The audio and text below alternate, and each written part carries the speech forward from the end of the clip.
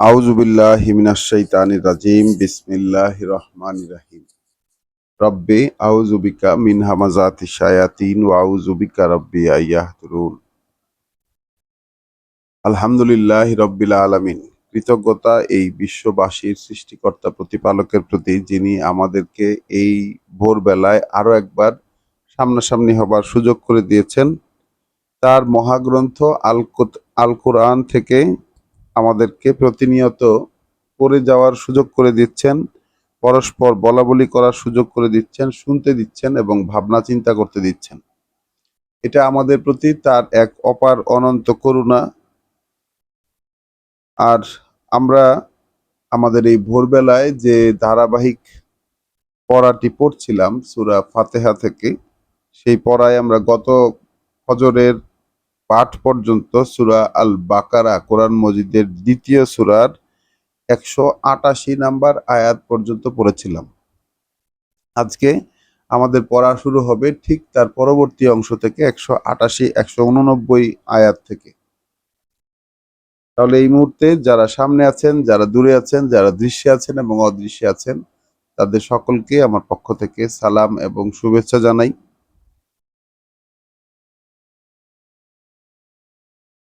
এবং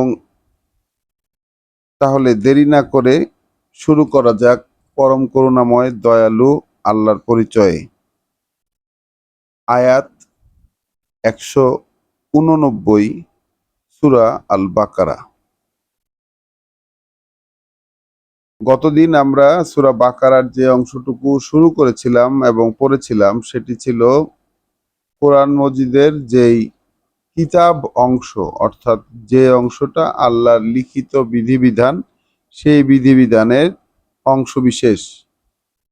আমরা সেখানে পড়েছিলাম কেসাস এর নিয়ম, অর্থাৎ হত্যার ক্ষেত্রে যে সমবদলা নেওয়ার বিধান আল্লাহ দিয়েছেন সেই নিয়ম। তারপরে আমরা পড়েছি ওয়াসিয়তের নিয়ম, অর্থাৎ মানুষ মৃত্যুর সময় যদি সম্পদ রেখে যেতে থাকে, তাহলে তার পিতামাতা এবং আত্মীয় স্বজনের জন্য অন্তিম বন্টন ইচ্ছা, এই যে ইচ্ছার বহিঃপ্রকাশ, সেইটার নিয়ম আমরা দেখেছি। এর পরবর্তীতে আমরা পড়েছিলাম সিয়াম সাধনা, অর্থাৎ কৃচ্ছ্রতা সাধন এবং কোরআন প্রাপ্তির যে অনুশীলন, সেই অনুশীলন যে মাসটিতে, অর্থাৎ রমজান মাসে যেই রোজা, যে সিয়াম সাধনা আমরা করি, সেই সিয়াম সাধনার রূপরেখা এবং তার নিয়ম কানুন, কিভাবে কি করণীয়, সেই সিয়াম সাধনা সম্পর্কে একদম ডিটেইল পড়েছি। আয়াত 189 থেকে এইরকমই আবার মানে পরবর্তী অন্যান্য বিধিবিধান আলোচিত হয়েছে। ইয়াস আলু নাকা আনিল আহিল্লাহ, জিজ্ঞাসা করে তারা তোমাকে নতুন চাঁদগুলো সম্পর্কে, অর্থাৎ প্রতি মাসের নতুন চাঁদগুলো সম্পর্কে।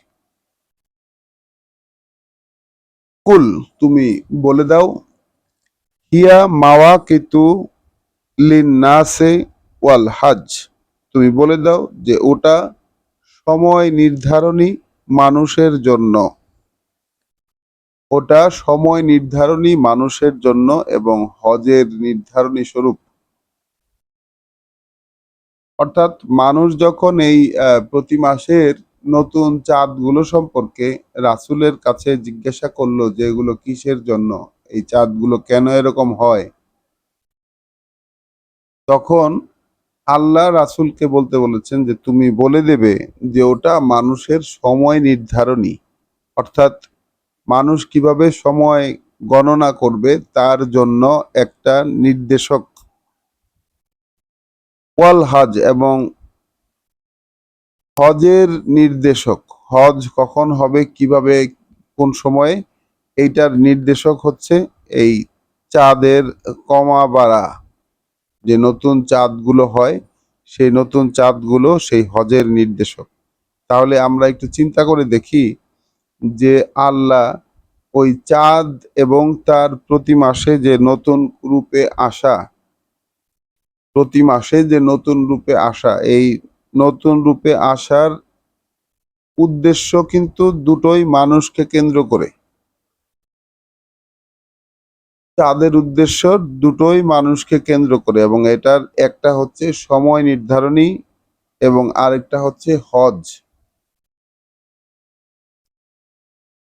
ওয়ালাইসাল বিররু বেআন তাতুল বুয়ুতা মিন জুহুরিহা, আদৌ নেই কোনো পুণ্য এই সংস্কারে যে হজের সময় কোনো প্রয়োজনে আসো তোমরা বাড়িগুলোতে পেছন দিক থেকে তার। অর্থাৎ হজের সময় যে মক্কা কেন্দ্রিক যে হজের আয়োজন, আমরা পড়ছি 189 নম্বর আয়াত সূরা আল বাকারার। মক্কা কেন্দ্রিক হজের যে আয়োজন, সেই আয়োজনে মানুষের এরকম একটা রীতি ছিল যে হজের প্রয়োজনে যখন বাসা থেকে বের হয়ে গেছে কেউ, তখন কোনো গুরুতর অবস্থা হলেও সে আর বাসার সামনের দরজা দিয়ে হজ শেষ না হওয়ার আগ পর্যন্ত সামনের দরজা দিয়ে সে আর প্রবেশ করতো না ঘরে। এবং ঘরে ঢোকার প্রয়োজন পড়লে, মানে অ্যাকচুয়ালি হজ শেষ না করে বাসায় ঢোকার কোনো প্রচলনই ছিল না। এবং হজ শেষ হওয়ার আগ পর্যন্ত তাই তারা সামনের দরজা দিয়ে প্রবেশ করতো না, বরং পেছনের দরজা দিয়ে প্রবেশ করত। তো আল্লাহ সেই প্রচলনটাকে আহ গুরুত্ব দিচ্ছেন না। আল্লাহ সেই প্রচলনটাকে গুরুত্ব দিচ্ছেন না এবং বলছেন কি, লাইসাল বিররু, কোনো কোনো পুণ্য নেই, বেআন এই সংস্কারে যে, তাতুল বুয়ুতা আসো তোমরা তোমাদের বাড়িগুলোতে, মিন জুহুরিহা তার পেছন দিক থেকে, ওয়ালাকিন্না ওয়ালাকিন্নাল বিররা বরং পুণ্য আছে তাতে, মানিত্তাকা যে সন্তুষ্টির সন্ধান করে, যে সন্তুষ্টির সন্ধান করে সৃষ্টিকর্তার। তাহলে পুণ্য কোথায়? পুণ্য ওই সামনে দিয়ে আসলা না পিছন দিয়ে আসলা, দরজার কোন দরজা দিয়ে ঢুকলা, বা তোমাদের মন গড়া যেসব সংস্কারী কাজ রয়েছে, মন গড়া যেসব সংস্কার রয়েছে, যেটাকে আমরা কুসংস্কার বলি, মন গড়া যেসব সংস্কার রয়েছে সেই সব সংস্কারে কোনো পুণ্য নেই, বরং পুণ্য আছে তাতে যে সন্তুষ্টির সন্ধান করলো বা অসন্তুষ্টি থেকে বেঁচে থাকতে চাইলো সৃষ্টিকর্তার। ওয়াতুল বুয়ুতা মিন আবওয়াবিহা, অতএব এসো তোমরা তোমাদের ঘরগুলোতে তার দরজাগুলো দিয়েই। ওয়াত্তাকু আল্লাহ, এবং সচেতনভাবে ভয় করো আল্লাহকে, লাআল্লাকুম তুফলিহুন, যেন তোমরাও এই জীবন পরীক্ষায় সফলতার সাথে উত্তীর্ণ হতে পারো। তাহলে অতএব আসো ঘরগুলোতে তার দরজা দিয়েই, এবং ভয় করো আল্লাহকে, যেন তোমরাও এই জীবন পরীক্ষায় সফলতার সাথে উত্তীর্ণ হতে পারো। ওয়াকাতিলু ফি সাবিলিল্লাহ, এবং যুদ্ধ করবে আল্লাহর নির্দেশিত পথে। আল্লাযীনা ইউকাতিলুনাকুম, তাদের সাথে যারা যুদ্ধ করে তোমাদের সাথে। তাহলে যারা যারা তোমাদের সাথে যুদ্ধ করে তাদের সাথে তোমরাও আল্লাহর নির্দেশিত পথে যুদ্ধ করবে।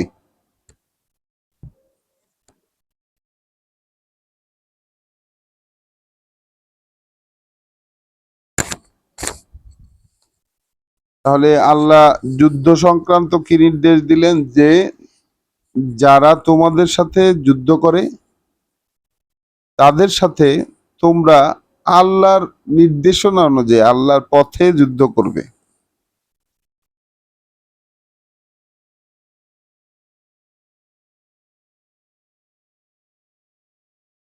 ওয়ালা তাতাদু, তবে সেই ক্ষেত্রে তবে সেই ক্ষেত্রে সীমা লঙ্ঘন করবে না তোমরা। মানে এই যে যুদ্ধ করবে, যারা তোমাদের সাথে যুদ্ধ করে তাদের সাথে তোমরাও যুদ্ধ করবে আল্লাহর নির্দেশিত পথে। এবং আল্লাহর নির্দেশিত পথের প্রথম কথা কি এখানে, সেটা হচ্ছে কোনো সীমা লঙ্ঘন করবে না। যুদ্ধ করতে গিয়ে সীমাকে ছাড়াই যাওয়ার যে বিষয়টা, এরকম কোনো কিছু করবে না।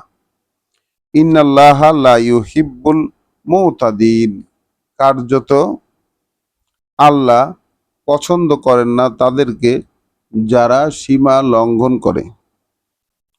ওয়াকতুলুহুম, এবং হত্যা করবে তাদেরকে, হাইসু সাকিফতুমুহুম, যেখানেই খুঁজে পাবে তোমরা তাদেরকে। তাহলে হত্যা করবে তাদেরকে যেখানেই খুঁজে পাবে তোমরা তাদেরকে। ওয়া আখরিজুহুম, এবং বের করে দেবে তাদেরকে, মিন হাইসু আখরাজুকুম, যে অবস্থান থেকে বা যেখান থেকে তারা তোমাদেরকে বের করে দিয়েছিল। তাহলে কি কি বললেন আল্লাহ? যারা তোমাদের সাথে যুদ্ধ করে তাদের সাথে তোমরাও যুদ্ধ করবে আল্লাহর নির্দেশিত পথে, এবং এক্ষেত্রে কোনো সীমা লঙ্ঘন করবে না। কার্যত আল্লাহ যারা সীমা লঙ্ঘন করে তাদেরকে পছন্দ করেন না। এবং হত্যা করবে তাদেরকে যেখানেই খুঁজে পাবে তাদেরকে, আর বের করে দেবে তাদেরকে সেই অবস্থান থেকে বা সেইখান থেকে যেখান থেকে তোমাদেরকে তারা বের করে দিয়েছিল। ওয়াল ফিতনাতু আসাদ্দু মিনাল কাতলে, কারণ ধর্মীয় প্রতারণা ধর্মীয় প্রতারণা হত্যার চাইতেও ভয়ঙ্কর। কারণ ধর্মীয় প্রতারণা হত্যার চাইতেও ভয়ঙ্কর। ওয়ালা তুকাতিলুহুম, আর লড়াই করবে না তোমরা তাদের সাথে। লড়াই করবে না তোমরা তাদের সাথে।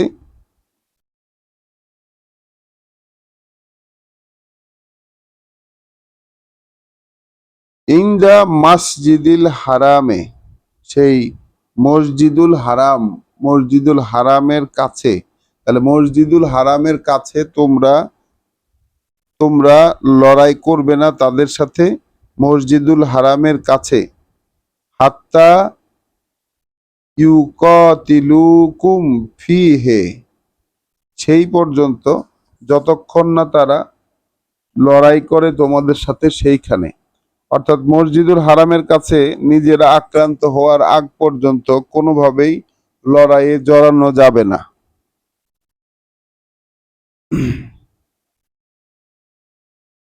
ফাইন কাতালুকুম, সেখানেও যদি লড়াই করে তারা তোমাদের সাথে, সেখানেও যদি লড়াই করে তারা তোমাদের সাথে, ফাকতুলুহুম, তাহলে তাদেরকে হত্যা করবে তাদেরকে। তাহলে তোমরাও মানে তাদের সাথে লড়াই করবে, হত্যা করবে।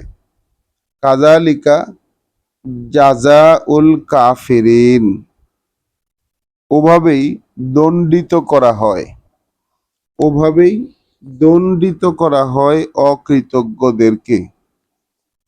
তাহলে যুদ্ধ লড়াইয়ের নীতি কি দিলেন আল্লাহ? যে ওরা যখন তোমাদের সাথে যুদ্ধ করবে তোমরাও তখন তাদের সাথে যুদ্ধ করবা, যুদ্ধের ক্ষেত্রে কোনো সীমা লঙ্ঘন করবা না। আর যেখানেই তাদেরকে খুঁজে পাবে হত্যা করবে, এবং সেখান থেকে বের করে দিবে তাদেরকে যেখান থেকে ওরা তোমাদেরকে বের করে দিয়েছিল। কারণ এই যে ধর্মীয় প্রতারণা তারা করে সেইটা হত্যাকাণ্ডের চেয়েও ভয়ঙ্কর। এখন এই কথাটাকে আমাদের আহ, সমাজে আমরা যদি নিয়ে আসতে পারতাম তাহলে কতটাই না ভালো হতো। কারণ আমাদের সমাজে এই ধর্মীয় গোষ্ঠীর কাছ থেকে যেটা চলে ধর্মীয় প্রতারণা, আর আল্লাহ বলছেন ধর্মীয় প্রতারণার বিষয়টি হত্যাকাণ্ডের চেয়েও ভয়ঙ্কর। তাহলে বিষয়টা কেমন হলো? ধর্মীয় প্রতারণাই তো আমাদের সমাজে প্রিভেইলিং, অর্থাৎ সবচেয়ে বেশি প্রচলিত যে কাজটি, সেটি হচ্ছে ধর্মীয় প্রতারণা। ধর্মকে উপজীব্য করে যে ইনকাম করা, ধর্মকে উপজীব্য করে অন্য গোষ্ঠীর উপর চড়াও হওয়া, এই যে প্রচলনগুলো, সেইগুলো 1450 বছর আগে যেমন ছিল, এখনো ঠিক সেইভাবেই সমাজে তার আসন গেড়ে বসে আছে। ফাইন ইনতাহাউ, আয়াত 192। ফাইন ইনতাহাউ, এখন তারা যদি ক্ষান্ত হয়, অর্থাৎ তারা যদি থামে, ফাইন্নাল্লাহা গাফুরুন রাহিম, তাহলে নিশ্চয়ই আল্লাহ ক্ষমাপরায়ণ পরম দয়াময়। ওয়াকাতিলুহুম হাত্তা লা তাকুনা ফিতনাতুন, আর যুদ্ধ করবে ওদের সাথে সেই পর্যন্ত যতক্ষণ না হতে পারে, যতক্ষণ না থাকে আর কোনো ধর্মীয় প্রতারণা, মানে ধর্মীয় প্রতারণা শেষ হওয়া পর্যন্ত তোমরা ওদের সাথে লড়াই করবে। ওয়ায়াকুনা দ্বীনু লিল্লাহ, বরং হয় এই জীবন চর্চা শুধুমাত্রই আল্লাহর উদ্দেশ্যে। তাহলে শুধুই আল্লাহর জন্য, আল্লাহর জন্য, আল্লাহর উদ্দেশ্যেই জীবন চর্চা হয়, সেই পর্যন্ত ওদের সাথে তোমরা লড়াইয়ে জড়াবে। ফাইন ইনতাহাউ, তাতে যদি তারা থামে, ফালা উদওয়ানা, তাহলে নেই কোনো শত্রুতা। অর্থাৎ এই যে ওদের সাথে ধর্মীয় প্রতারণা শেষ হওয়া পর্যন্ত যে লড়াইটা চালিয়ে যেতে আদেশ দিচ্ছেন আল্লাহ, এই লড়াই চালানোর পরবর্তীতে যদি তারা থামে, তাহলে তাদের সাথে আর কোনো শত্রুতা নেই।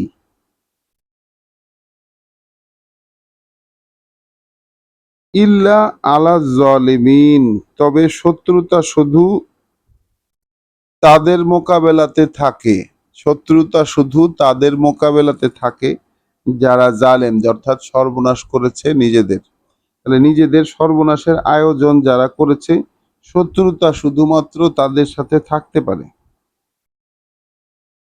আশ-শাহরুল হারামু বিশ-শাহরিল হারাম, কোনো মাস, কোনো মাস যেটা পবিত্র, পরিবর্তনে সেই মাসটাই গণ্য যেটা পবিত্র। অর্থাৎ বিশেষ যে মাস, সেইটাকে পরিবর্তন করতে হলে ওই রকম বিশেষ মাসই লাগবে, যেটা সেই বছরে আর সম্ভব হয় না। অর্থাৎ মাসের এই যে পরিবর্তন করাটা, এইটা আল্লাহ মানে নিষেধ করছেন, যে কোনো একটা মাস ঘুরিয়ে বলছেন আর কি, আর শাহরুল হারামও বেশ শাহরিল হারাম, কোনো মাস যেটা পবিত্র, পরিবর্তনে সেই মাসটাই গণ্য যেটা পবিত্র।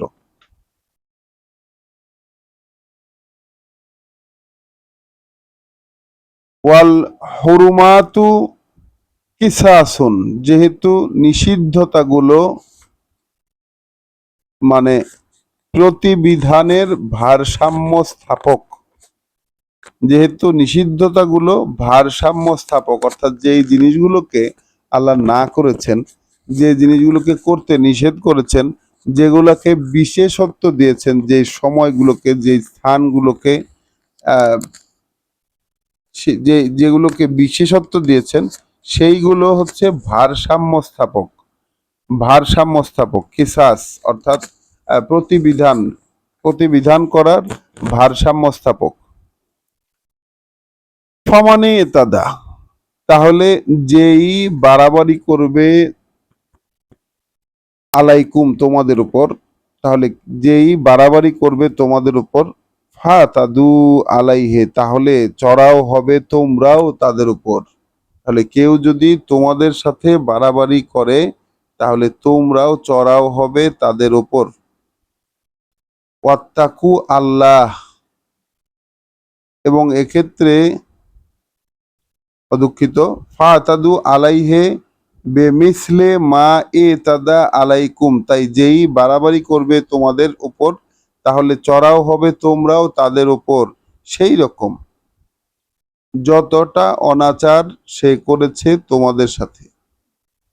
তাহলে কেউ অনাচার করেছে, এখন যেহেতু আল্লাহ অনুমতি দিয়েছেন, একটা সময় পর্যন্ত বিশ্বাসীদের কাছে অনুমতি ছিল না যে তাদের উপর যতই অত্যাচার করা হোক তারা তাদের হাতটাকে প্রশস্ত করে কোনো ধরনের বদলা নেবে, এই অনুমতি আল্লাহর পক্ষ থেকে ছিল না।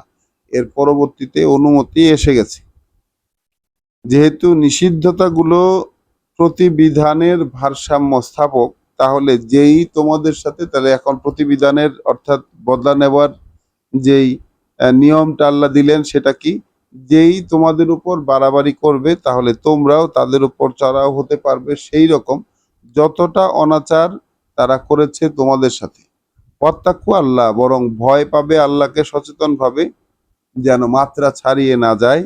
ওয়ালামু, আর জেনে রাখবে, আন্নাল্লাহা মাল মুত্তাকিন, জেনে রাখবে এই যে আল্লাহ আছেন তাদেরই সাথে যারা তার অসন্তুষ্টি সম্পর্কে সচেতন। ওয়ানফিকু ফি সাবিলিল্লাহ, বরং ব্যয় করো পথে আল্লাহর, ব্যয় করো আল্লাহর নির্দেশিত পথে। ওয়ালা তুলকু বে আইদিকুম ইলা তাহলুকাহ, তাহলে ব্যয় করো আল্লাহর নির্দেশিত পথে, এ অবস্থায় নিক্ষেপ করো না নিজেদের হাতগুলো দিয়ে, নিক্ষেপ করো হাতগুলো দিয়ে তোমাদের যেদিকে ধ্বংস চূড়ান্ত, মানে নিজেদেরকে নিক্ষেপ করো না তোমাদের নিজেদের হাতগুলো দিয়েই সেই দিকে যে দিকে ধ্বংস চূড়ান্ত, মানে নিজেকে নিজের ধ্বংসের দিকে তোমরা নিক্ষেপ করো না। ওয়া আহসিনু, বরং পরোপকারী হও, বরং পরোপকারী হও। ইন্নাল্লাহা ইউহিব্বুল মুহসিনিন, কার্যত আল্লাহ ভালোবাসেন তাদেরকে যারা উপকারে আসে অন্যের। মুহসিনিন অর্থাৎ এইখানে মুহসিন শব্দ, যেটাকে আমরা সাধারণত আমাদের গ্রন্থগুলোতে অনুবাদ করা হয় যে সৎকর্মশীল, তো মুহসিন শব্দটার একটি অর্থ আমরা বলেছিলাম যে আল্লাহর কথায় অর্থাৎ সৃষ্টিকর্তার কথায় যে কর্তব্য পরায়ণতা প্রদর্শন করে, যে কর্তব্য পরায়ণ হয় আল্লাহ তাকে মুহসিন বলেছেন। এখানে আমরা এই অনুবাদে আরো একটি নতুন শব্দ পেলাম, যারা অন্যের উপকারে আসে। মুহসিন শব্দটাকে পেলাম কিভাবে, আহসিন শব্দটা যেভাবে আল্লাহ কমান্ড দিয়েছেন যে আহসিনু, অন্যের প্রতি ভালো করো, মানে কি পরের উপকার করো, পরের উপকার করো। ইন্নাল্লাহা ইউহিব্বুল মুহসিনিন, কার্যত আল্লাহ ভালোবাসেন তাদেরকে যারা পরোপকারী হয়, যারা অন্যের উপকারে আসে। তাহলে এই তো আমাদের জন্য আল্লাহর কমান্ড কিন্তু আমরা পাচ্ছি। কমান্ড কি কি আমরা পেলাম সেগুলো আমরা প্রতিনিয়ত কিন্তু বারবার করে দেখব। এখানে আমরা এখন পর্যন্ত যতটুকু পড়েছি তার মধ্যে কিভাবে লড়াই করবে মানুষের সাথে, বা যারা তোমাদের সাথে লড়াই করে তাদের সাথে কিভাবে লড়াই করবে, এবং সেখানে যে লড়াই করার মূল উদ্দেশ্যটা কি হচ্ছে, সেটা হচ্ছে ধর্মীয় প্রতারণা হত্যার চেয়েও ভয়ঙ্কর। এইটা এইটা হচ্ছে লড়াই করার ক্ষেত্রে মূলনীতি, এবং সেখানে কি কোনো অতিরিক্ত কোনো কিছু করা যাবে না, সীমা লঙ্ঘন করা যাবে না। লড়াইয়ের ক্ষেত্রে একটাই নিয়ম, সেটাকে লড়াইয়ের মধ্যে যে সীমা সেইটাকে লঙ্ঘন করা যাবে না। এবং বিপরীত পক্ষ যদি অন্যায় করে থাকে, বিপরীত পক্ষ যদি অনাচার করে থাকে, তাহলে ঠিক ততটুকুই করতে পারবে যতটুকু তোমাদের সাথে করা হয়েছে। তারপর ওই যে মক্কার মানুষেরা তাদের ব্যবসায়িক সুবিধার জন্য যে হারাম মাসকে পাল্টে দিত, আল্লাহ যে 4টি মাসকে বিশেষ করেছেন, এই বিশেষত্বটাকে তারা নিজেদের মতো করে অল্টার করে ফেলতো। এইটাকে আল্লাহ এখানে নোটিস করেছেন যে নিষিদ্ধতার যে ব্যাপারগুলো সেগুলো ভারসাম্য স্থাপক। কেউ যদি তোমাদের উপর বাড়াবাড়ি করে তাহলে তোমরাও তাদের সাথে চড়াও হবে, এবং মাত্রা ছাড়িয়ে না যাওয়ার ভয় তোমরা রাখবে মনের ভিতরে। জেনে রাখবে যে যারা তার অসন্তুষ্টির ব্যাপারে ভয় করে, যারা তার অসন্তুষ্টির ব্যাপারে ভয় করে, আল্লাহ তাদের সাথেই থাকেন। এবং শেষে এসে আল্লাহর নির্দেশনা অনুযায়ী ব্যয় করার নির্দেশনা আসলো। এবং এক্ষেত্রে একটি কথা বলা হচ্ছে যে নিক্ষেপ করো না নিজেদের হাতগুলো দিয়ে, মানে চূড়ান্ত ধ্বংসের দিকে নিজেদেরকে। এখান থেকে আমরা যে যে আত্মহত্যা করা মহাপাপ ইত্যাদি নানান রকমের এখান থেকে নির্ণয় বের হয়ে এসেছে। আসলে কিসের প্রেক্ষিতে কি আলোচিত হয়েছে এইটা আমরা যদি একটু খেয়াল করে দেখি, সেটা হচ্ছে যে আল্লাহর পথে আল্লাহর নির্দেশনা অনুযায়ী সাবিলিল্লাহ, আল্লাহর নির্দেশনা অনুযায়ী ব্যয় করবে। তাহলে নির্দেশনা অনুযায়ী ব্যয় করার সাথে আল্লাহ যুক্ত করে দিলেন যে ওয়ালা তুলকু আইদিকুম, ওয়ালা তুলকু বে আইদিকুম ইলাত তাহলুকা। এই অবস্থায় অর্থাৎ যে ব্যয় করতে গিয়ে নিক্ষেপ করো না নিজেদেরকে, নিক্ষেপ করবে না নিজেদেরকে নিজেদের হাতগুলো দিয়ে যেদিকে চূড়ান্ত ধ্বংস, যেদিকে তোমাদের ধ্বংস, অর্থাৎ নিজেদেরকে এই ব্যয় করার ক্ষেত্রে নির্দেশিত এই কথাটি, যে ব্যয় করতে গিয়ে অর্থাৎ ব্যয় না করে অথবা আল্লাহর নির্দেশনা অনুযায়ী ব্যয় না করে নিজেদেরকে ধ্বংসের দিকে ছুঁড়ে ফেলো না। তাহলে ধ্বংস হচ্ছে কিসে? ব্যয়ের মধ্যে যদি নির্দেশনা না মানা হয়, ব্যয়ের ক্ষেত্রে আল্লাহর নির্দেশনা যদি অনুসরণ না করা হয়, তাহলে যে দিকে চূড়ান্ত ধ্বংস সেই দিকে নিজেকে নিক্ষেপ করা হয়। এই বিষয়টা কি আমরা বুঝতে পেরেছি সবাই? ইন্নাল্লাহা ইউহিব্বুল মুহসিনিন, কার্যত আল্লাহ ভালোবাসেন তাদেরকে যারা অন্যের উপকারে আসে। ওয়া আতিম্মুল হাজ্জু, আর পূর্ণ করে দেবে হজ, ওয়াল উমরাতা লিল্লাহ, এবং উমরা আল্লাহর উদ্দেশ্য পূরণের জন্যই। পূর্ণ করে দেবে হজ এবং উমরা আল্লাহর উদ্দেশ্য পূরণের জন্যই। ফাইন উহসিরতুম, এখন যদি কোনো বাধায় পড়ে যাও তোমরা, যদি কোনো বাধায় পড়ে যাও তোমরা, ফামা ইস ইস মানে ফামা ইস্তাই সারা বিনাল হাদিয়ে, কোথাও যদি বাধা পড়ে যাও তোমরা, তাহলে পাঠিয়ে দেবে যা আয়োজন হয় নিবেদনের। অর্থাৎ তোমাদের ব্যক্তিগত কোনো নিবেদন আল্লাহর কাছে করার যদি থাকে, যা আয়োজন থাকে সেইটাই পাঠিয়ে দিবে। ওয়ালা তাহলিকু রুউসাকুম, এবং মুন্ডন করবে না তোমাদের মাথাগুলো, মুন্ডন করবে না তোমাদের মাথাগুলো, হাত্তা ইয়াবলুগাল হাদিয়া মাহিল্লাহু, যে পর্যন্ত না পৌঁছে যায় নিবেদনের পশুগুলো তার জবাইয়ের আনুমানিক জায়গায়। ফামান কানা মিনকুম মারিদান, তখন এমত অবস্থায় যে থাকবে তোমাদের মধ্যে অসুস্থ, আও বিহি আজান, অথবা সে চুল কাটাতে কোনো কষ্ট থাকে, মিন রাসিহি, মাথার কারণে, মাথার কারণে কোনো কষ্ট যদি থাকে,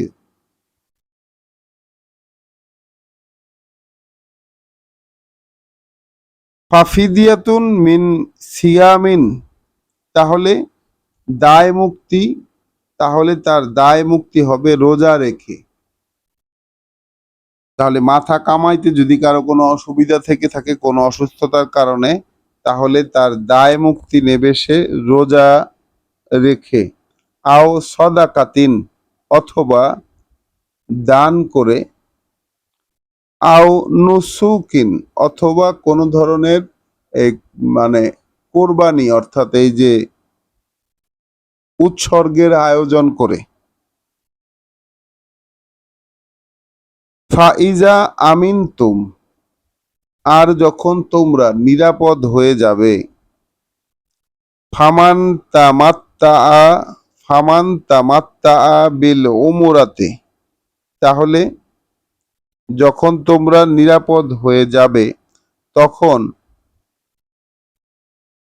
যে সুযোগ নেবে পুণ্য অর্জনের, যে সুযোগ নেবে পুণ্য অর্জনের একটি ওমরা, ইলাল হাজ্জে, মিলাতে সেই হজে, অর্থাৎ হজের আগে আরো কিছু সময় অবস্থান করার মাধ্যমে, সেখানে ভক্তি প্রদর্শন করে আরো কিছু সময় পূর্বে অবস্থান করার মাধ্যমে কেউ যদি সুযোগ নেয় এই পুণ্য অর্জনের, যে হজের সাথে একটা উমরা মিলালো, সে এক্সট্রা করলো, হ্যাঁ, তাহলে কি ফামান তামাত্তা বিল উমরাতে ইলাল হাজ্জে, তাহলে যেই সুযোগ নেবে একটি উমরার মেলাতে হজের সাথে,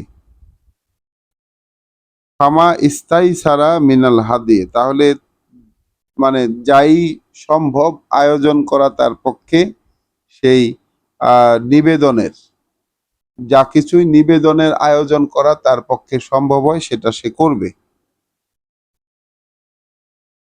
ফামান লাম ইয়াজিদ, আর সেটা যে কিছুতেই না পারে, অর্থাৎ কোনো ধরনের নিবেদনের আয়োজন করতে যদি কেউ না পারে, ফা ফা সিয়ামু সালাসাতে আইয়ামিন, তাহলে রোজা রাখবে 3 দিন। তাহলে রোজা রাখবে 3 দিন ফিল হাজ্জে, হজের মধ্যে।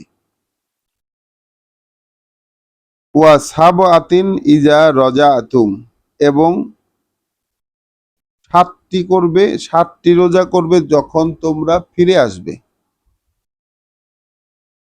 তিলকা আশারাতুন কামেলাতুন, এই হচ্ছে 10টি সংখ্যা সম্পূর্ণ করার, এই দশটি পূর্ণ করার, আশারাতুন কামেলাতুন, এই 10টি সংখ্যা পূর্ণ করার। যালিকা লিমান, এই সুযোগ তার জন্য, এই সুযোগ তার জন্য, লাম ইয়াকুন আহলুহু, থাকে না যার পরিবার, হাদিরিল মসজিদুল হারাম, মসজিদুল হারামের কাছাকাছি। তাহলে এই সুযোগ, অর্থাৎ এই যে যদি কোন সুযোগটা, যে ওমরা মেলাবে হজের, এবং হজের ওমরা করার ক্ষেত্রে কোরবানির কোনো কিছু, নিবেদনের কোনো কিছু যদি না পায়, সেই ক্ষেত্রে 3টি রোজা সেইখানে করবে, আর 7টি করবে তার নিজের অবস্থানে ফিরে আসার পর। এই হচ্ছে 10টা সংখ্যা, এবং এই সুযোগটা দেওয়াই হয়েছে তাদের জন্য যাদের পরিবার সেই মসজিদের হারামের কাছাকাছি থাকে না। ওয়াত্তাকু আল্লাহ, এক্ষেত্রে ভয় পেও সচেতনভাবে ভয় রাখবে আল্লাহর। ওয়ালামু, আর জেনে নিও, আন্নাল্লাহা শাদীদুল ইকাব, কোনো অযত্ন অবহেলা করলে আল্লাহ কিন্তু কঠোরতর শাস্তিদাতা। এটা জেনে নিও, কোনো ধরনের অযত্ন অবহেলা করলে আল্লাহ কিন্তু কঠিন শাস্তিদাতা।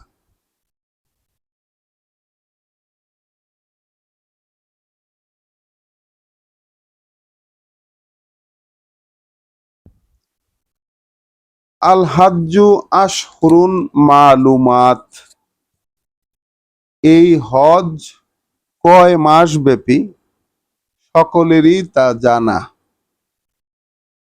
ফামান ফারাদা ফি হিন্নাল হাজ্জা, তাই যেই ধার্য করবে এই কয়েক মাসের মধ্যে হজ যাত্রা, তাহলে যেই ধার্য করবে এই কয়েক মাসের মধ্যে হজ যাত্রা,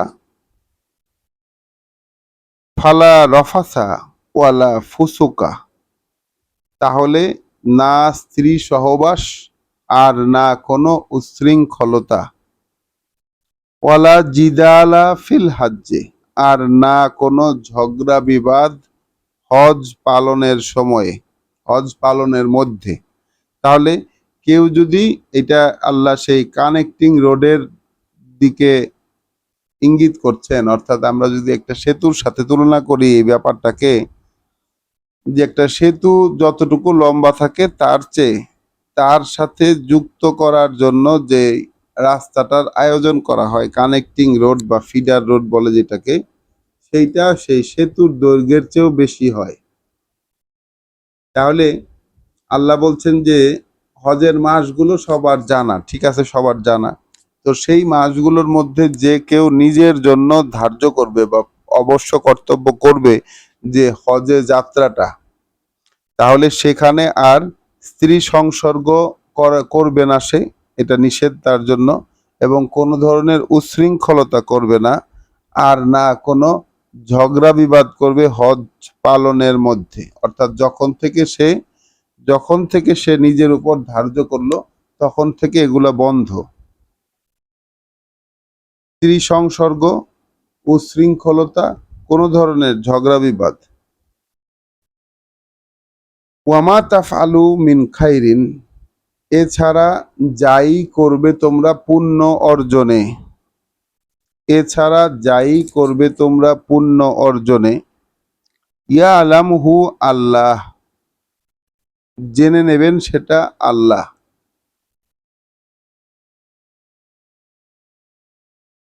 ওয়াতাজাওয়াদু, এবং সঙ্গে রাখবে তোমরা পথের আয়োজনগুলো, সাথে রাখবে তোমরা পথের আয়োজনগুলো। ফা ইন্না খাইরা জাদি আত-তাকওয়া, যদিও সর্বোত্তম পথের সম্বল সেটা হচ্ছে সৃষ্টিকর্তার অসন্তুষ্টির ভয়। ওয়াত্তাকু ওয়াত্তাকু ওয়াত্তাকুন, অতএব রক্ষা করো নিজেদেরকে বিভ্রান্তি থেকে। ইয়া উলিল আলবাব, ওহে বিচক্ষণ বিবেচনার অধিকারীরা। তাহলে আল্লাহ কি বললেন আমাদেরকে? এই যে আমরা হজের যে নির্ধারণী, যে হজ আসলে কোন সময় করা হবে, হজে রওনা হলে তখন কি করবে, তা পড়লাম আমরা 196 আয়াতে। এরপরে আমরা হজের সময়কালটা জানছি।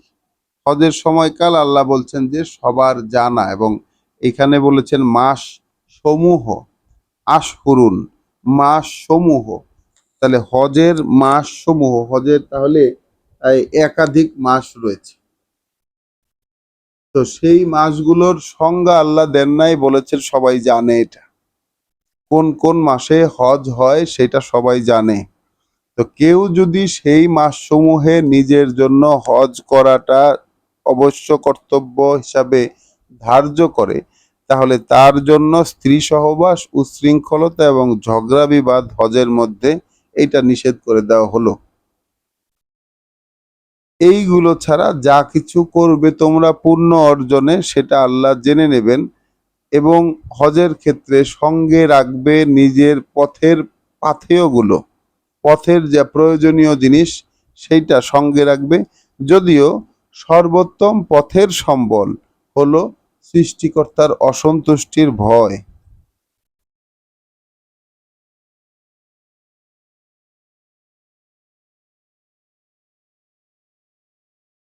তাহলে রক্ষা করো নিজেদেরকে তার অসন্তুষ্টি থেকে, ওহে বিচক্ষণ বিবেচনার অধিকারীরা। লাইসা আলাইকুম জুনাহুন, আয়াত 198। লাইসা আলাইকুম জুনাহুন, নেই তোমাদের উপর কোনো অভিযোগ, আন তাতবাউ ফাদলাম মিন রব্বিকুম, আনতাবতাগু ফাদলান মিন রব্বিকুম, যে তাতে যে খুঁজে পেতে চেষ্টা করো তোমরা অনুগ্রহ, তোমরা যদি খুঁজে পেতে চেষ্টা করো কোনো অনুগ্রহ তোমাদের প্রতিপালক থেকে, অর্থাৎ কোনো কাজ বা কোনো কিছু কেনা বেচা করে নগদ উপার্জন, সেখানে নগদ উপার্জনের কোনো ব্যবস্থা যদি তোমরা করো, তাহলে তোমাদের কোনো অভিযোগ নাই। তোমরা যদি তোমাদের প্রভুর অনুগ্রহ খোঁজো, হ্যাঁ, তাতে কোনো অভিযোগ নাই। ফাইজা আফাদতুম ফাইজা আফাদতুম মিন আরাফাতিন, অতএব যখন ফিরে আসবে তোমরা আরাফাত থেকে, ফাজকুরু আল্লাহ, তখন আলোচনা করবে আল্লাহর। আমরা যেন হজের করণীয় গুলা সম্পর্কে একেবারে স্পষ্ট হয়ে নেই নিজেরা। আল্লাহ কি বলছেন? প্রথমে হজে যাওয়ার পথে যদি বাধার সম্মুখীন হয় তাহলে কি করতে হবে, নিরাপদ হয়ে গেলে কি করতে হবে, এবং হজ হজ ক্ষেত্রের অর্থাৎ ওই কাবা এলাকার, মক্কা এলাকার যারা বাইরে থাকে পরিবার, তাদের ক্ষেত্রে ওই যে যদি মাথা কামাতে গিয়ে কোনো ধরনের অসুবিধার সম্মুখীন থাকে, যদি অসুস্থতা বা অন্য কোনো কারণে মাথার কোনো ব্যথাযুক্ত কারণে মাথা কামানো সংক্রান্ত কোনো অসুবিধা থাকে, তাহলে তার জন্য সিয়াম সাধনার মাধ্যমে সেটাকে জরিমানা হিসেবে দেওয়ার মাধ্যমে ব্যবস্থা করে দিলেন। এরপরে হজের সময়ের নির্ধারণী দিলেন। এখন আল্লাহ বলছেন যে তো মানে কোনো নগদ উপার্জন যদি প্রভুর অনুগ্রহ হিসাবে তোমরা সেখানে খুঁজে পেতে চাও তাহলে দোষ হবে না। এখন যখন ফিরে আসবে তোমরা আরাফাত থেকে, তখন আলোচনা করবে আল্লাহর। এখানে সাধারণত অনুবাদ সমূহে আছে জিকির করবে আল্লাহর। তাহলে আল্লাহর জিকির বলতে আবার একটা ভিন্ন ভিন্ন জিনিস আমরা জানি, সেটা হচ্ছে যে তসবিহ টিপে আল্লাহর নাম পড়া, যেমন সুবহানাল্লাহ বা আলহামদুলিল্লাহ বা আল্লাহ আল্লাহ বলা, অথবা মানে এই যে বিভিন্ন গুণবাচক নামের মাধ্যমে তাকে স্মরণ করা, এইটা হচ্ছে আমাদের ধর্মীয় পদ্ধতি। আর যদি আমরা শব্দের আসল মিনিংটা এখানে ব্যবহার করি, হ্যাঁ, ফাইজা আফাদতুম মিন আরাফাতিন, যখন তোমরা ফিরে আসবে আরাফাত থেকে, ফাজকুরু, তাহলে আলোচনা করবে, স্মরণ করবে আল্লাহর, আলোচনা করবে আল্লাহর ইন্দাল মাস আরেল হারাম, সেই উপলব্ধি অনুধাবন অবস্থান চত্বরে। উপলব্ধি আল্লাহর ব্যাপারে উপলব্ধি করার, আল্লাহর যে পবিত্রতা, সেই পবিত্রতাটাকে মাশআরিল হারাম শব্দটার অর্থ কি হবে? আল্লাহর পবিত্রতা উপলব্ধি করার জন্য যে অবস্থান চত্বর, যে চত্বরে অবস্থান করে আল্লাহর আলোচনা করার মাধ্যমে আল্লাহর পবিত্রতা সবাই উপলব্ধি করবে, সেটার যেটাকে আমরা প্রচলিত অর্থে মুজদালিফা বলি। আমাদের মনে রাখতে হবে, যেটাকে আমরা প্রচলিত অর্থে মুজদালিফা বলি। তাহলে আল্লাহ নিয়ম দিলেন কি? আল্লাহ নিয়ম দিলেন যে যখন তোমরা আরাফা থেকে ফিরে আসবে তখন আলোচনা করবে আল্লাহর সেই পবিত্রতা অনুধাবনের জন্য যে চত্বরটা, যে অবস্থান চত্বর, সেই অবস্থান চত্বরে থেকে ওয়াজকুরু হু, আলোচনা করবে তার, হ্যাঁ, উল্লেখ উদ্ধৃতি, বলছেন যে উল্লেখ উদ্ধৃতি বর্ণনা করবে তার, ওয়াজকুরু। তাহলে জিকিরটা কি আসলে? আল্লাহ যা কিছু উল্লেখ করেছেন, যেসব উদ্ধৃতি আল্লাহ দিয়েছেন সেইগুলো বর্ণনা করা, সেইগুলো পরস্পরে বলা বলি করা, এর নাম হচ্ছে জিকির। ওয়াজকুরু হু, তাহলে উল্লেখ উদ্ধৃতি বর্ণনা করবে তার, কামা হাদা কুম, যেভাবে তিনি দেখিয়ে দিয়েছেন তোমাদেরকে। তো কিভাবে দেখিয়ে দিয়েছেন? বার্তা বাহকের মাধ্যমে। এছাড়া আর কিভাবে দেখাবেন? বার্তা বাহকের মাধ্যমে যে দেখিয়ে দিয়েছেন যে কিভাবে আসলে স্মরণ আলোচনা, কিভাবে নিজেদের মধ্যে সেই আল্লাহর উল্লেখ করা কথাগুলো আল্লাহর উদ্ধৃতি দেওয়া কথাগুলো কিভাবে নিজেদের মধ্যে আলোচনা করতে হয়, এটা তো রাসূলের মাধ্যমে আল্লাহ দেখিয়ে দিয়েছেন, কারণ রাসূলের কাজই ছিল এটা, যে আয়াতগুলো বোধগম্য উপায়ে মানুষকে পড়ে শোনানো।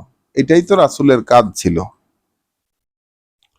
তাহলে সেই মাশআরেল হারাম বা মানে পবিত্রতার উপলব্ধি অনুধাবন করার,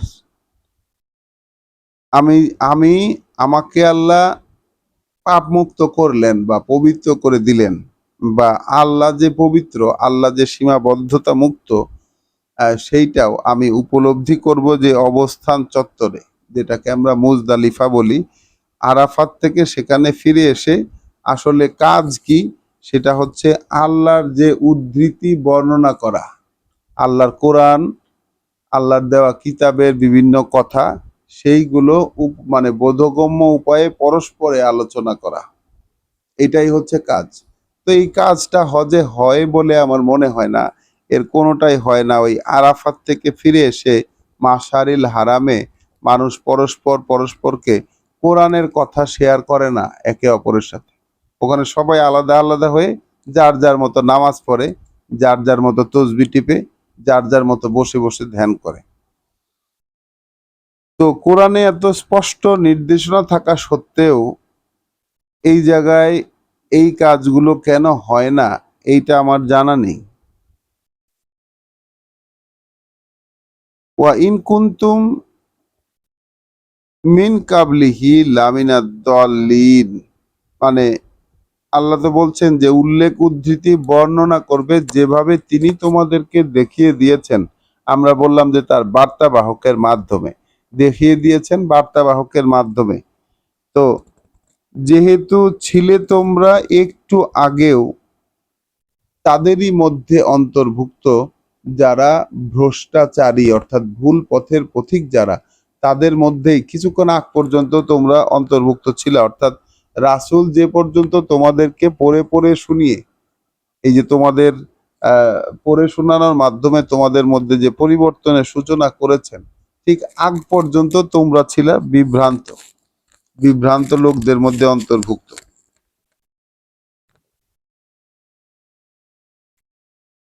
তুম্মা আফিদু মিন হাইসু আফাদার নাস, অতঃপর ছেড়ে আসবে তোমরা সেখান থেকে যেখান থেকে ফিরে আসে মানুষ। ছেড়ে আসবে তোমরা সেখান থেকে যেখান থেকে ফিরে আসে মানুষ। ওয়াস্তাগফিরু আল্লাহ, এবং ক্ষমা প্রার্থনা করতে থাকবে আল্লাহর। ইন্নাল্লাহা গাফুরুন রাহিম, কার্যত আল্লাহ, নিঃসন্দেহে আল্লাহ ক্ষমা পরায়ণ, পরম দয়াময়। ফাইজা কাদাইতুম মানাসিকাকুম, এরপর যখন সম্পন্ন করে দিবে, এরপরে যখন সম্পূর্ণ করে দেবে করণীয় অনুষ্ঠানগুলো তোমাদের, তোমাদের যে করণীয় অনুষ্ঠান, এইটা যখন তোমরা মানে করা শেষ করে ফেলবে, ফাজকুরু আল্লাহ, তখনও আলোচনা করো আল্লাহরই। কাজিক্রিকুম আবা আকুম, যেভাবে ইতিহাস ঐতিহ্য বর্ণনা করো তোমরা তোমাদের পূর্বপুরুষদের। খেয়াল করবেন, এখানে পূর্বপুরুষদের ইতিহাস ঐতিহ্যকে বর্ণনা করা, এটা সবসময়ই মানুষের একটা বৈশিষ্ট্য ছিল, আগেও ছিল, এখনো আছে, ভবিষ্যতেও থাকবে। অর্থাৎ সমাজে যারা বিখ্যাত ব্যক্তিত্ব বা নিজেদের আত্মীয় স্বজন, যেটা পূর্বপুরুষ, যেটা বিখ্যাত পূর্বপুরুষ, তাদের ব্যাপারে মানুষ আলোচনা করে পারস্পরিক। আল্লাহ সেই জিনিসটাকে টার্গেট করে বলছেন যে ওইখানে যেভাবে তোমরা আলোচনা করো, সেইভাবে সবকিছু শেষ করে ফেলার পরেও আল্লাহর আলোচনা করবে, যেভাবে ইতিহাস ঐতিহ্য বর্ণনা করতে তোমরা তোমাদের পূর্বপুরুষদেরকে। আও আসাধ্য জিকরা, বরং তার চাইতেও কার্যকর আলোচনা করবে আল্লাহর। আত্মীয় স্বজনের আলোচনা যেভাবে করো, পূর্বপুরুষদের আলোচনা যেভাবে করো, আল্লাহর আলোচনা তার চেয়েও যেন কার্যকর হয় এমন ভাবে করবে। ফামিনান নাস, এক্ষেত্রে কার্যকর আছে, এক্ষেত্রে মানুষেরাই, সেই রকম মানুষেরাই। তাহলে মানুষের মধ্যে সেই রকম মানুষ রয়েছে, মাইয়া কুলু রব্বানা আতিনা ফিদ দুনিয়া, যারা বলে যে হে আমাদের প্রতিপালক, দিয়ে দাও আমাদেরকে এই পৃথিবীতেই। তাহলে মানুষের মধ্যে এমন আছে যারা বলে যে হে আমাদের প্রতিপালক, দিয়ে দাও আমাদেরকে এই পৃথিবীতেই। ওয়ামা লাহু ফিল আখিরাতে মিন খলাক, নেই তার জন্য পরকালে কোনো অংশ। তাহলে দেখুন, এই যে হজে যাওয়া মানুষদের মধ্যে, হজে তো বহু বহু মানুষ যায়, হজে যাওয়া মানুষদের মধ্যে কোন কোন প্রকারের মানুষ রয়েছে তারই বর্ণনা আমরা এই পরবর্তী বেশ কিছু আয়াতে পড়ব। তাহলে হজে যায় কেন মানুষ? হজে যায় হইল যে তার শেষ অবলম্বন হিসাবে গুনাহ, তার যে সীমা লঙ্ঘন, সেই সীমা লঙ্ঘন থেকে পরিত্রাণ পাওয়ার শেষ অবলম্বন হিসাবে মানুষ হজে যায়। তো হজে গিয়েও এই রকম মানুষ রয়েছে যারা বলে হে আমাদের প্রতিপালক, আমাদেরকে এই পৃথিবীতেই দিয়ে দাও। আল্লাহ বলছেন যে তার জন্য পরকালে কোনো অংশ আর থাকে না। তাহলে এখানে আমরা এই যে নিজেরা যে চাহিদা করি আল্লাহর কাছে এই পৃথিবীর প্রাপ্তি পাওনা হওয়ার জন্য, এই পৃথিবীর প্রাপ্তি যেন আমরা পাই, এই জন্য যে আল্লাহর কাছে আমরা সময়ে সময়ে ফরিয়াদ করি, তাহলে আল্লাহকে আমাদের জন্য এই অবস্থা রেখেছেন যে পৃথিবীটা চাওয়ার কারণে পরকালে আমাদের আর কোনো অংশ থাকবে না। তাহলে তো বড় ভয়ঙ্কর ব্যাপার হবে। এই বিষয়টা কি আমাদের মাথায় থাকে? পৃথিবী সংক্রান্ত কোনো ডিমান্ড যখন আমরা চাই আল্লাহর কাছেই কিন্তু চাইছি। পৃথিবী সংক্রান্ত কোনো ডিমান্ড যখন আমরা আল্লাহর কাছে চাইছি এবং দুনিয়াতেই যা কিছু ডিমান্ড সেইগুলো পাওয়ার জন্য আল্লাহর কাছে প্রার্থনা করছি, আল্লাহ বলছেন পরকালে কিন্তু তোমার জন্য কিছু নাই।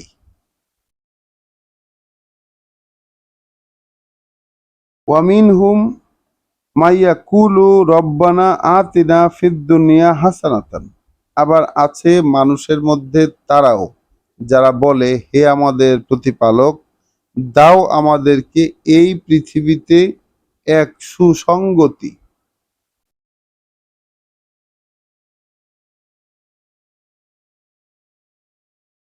হে আমাদের প্রতিপালক, দাও আমাদেরকে এই পৃথিবীতেই হাসানাতান, এক সুসংগতি, ওয়াফিল আখিরাতে হাসানাতান, এই অবস্থায় যে আছে পরকালে তার এক সুন্দর পরিণতি। মানে পৃথিবীর জীবনে এমন সুসংগতি দাও যেটার কারণে পরকালে সুন্দর পরিণতি রয়েছে। ওয়াকিনা আযাবান্নার, এবং রক্ষা করো আমাদেরকে আগুনের শাস্তি থেকে। তাহলে এটা সেকেন্ড ক্যাটাগরির মানুষ, যারা পৃথিবীতে এমন একটা সুসংগতি চাইছে যেটার পরিণতি হবে সুন্দর। এইখানেও আমাদের অনুবাদ গ্রন্থগুলোতে একটু আহ বিকৃতি বলবো না, আসলে তারা যেভাবে বুঝেছেন আমরা তাদের বুঝ থেকেই কিন্তু শিখেছি, কিন্তু এখন আসলে বিষয়টি আপডেট করার সময় হয়েছে শব্দ অনুযায়ী। আল্লাহ কি বলেছেন সে অনুযায়ী কি, আল্লাহ কি বলেছেন, ওয়ামিন হুম, আর রয়েছে তাদের মধ্যেই মান ইয়াকুলু, যারা বলে রব্বানা হে আমাদের প্রভু, আতিনা দিন আমাদেরকে ফিদ দুনিয়া মধ্যে এই পৃথিবীর হাসানাতান এমন কল্যাণ, এমন ভালোটা, ওয়াফিল আখিরাতে হাসানাতান যেন মানে পরকালে থাকে এক সুন্দর পরিণতি। ওয়াকিনা আযাবান্নার, অর্থাৎ আমাদেরকে রক্ষা করো আগুনের শাস্তি থেকে। তো পরকালের সুন্দর পরিণতিটা কি? আগুনের শাস্তি থেকে রক্ষা পাওয়া, এটাই হলো সুন্দর পরিণতি।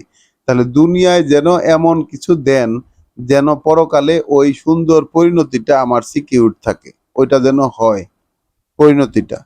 এবং অর্থাৎ আমাদেরকে আগুনের শাস্তি থেকে আপনি বাঁচিয়ে দিন, আগুনের শাস্তি থেকে বাঁচিয়ে দিন।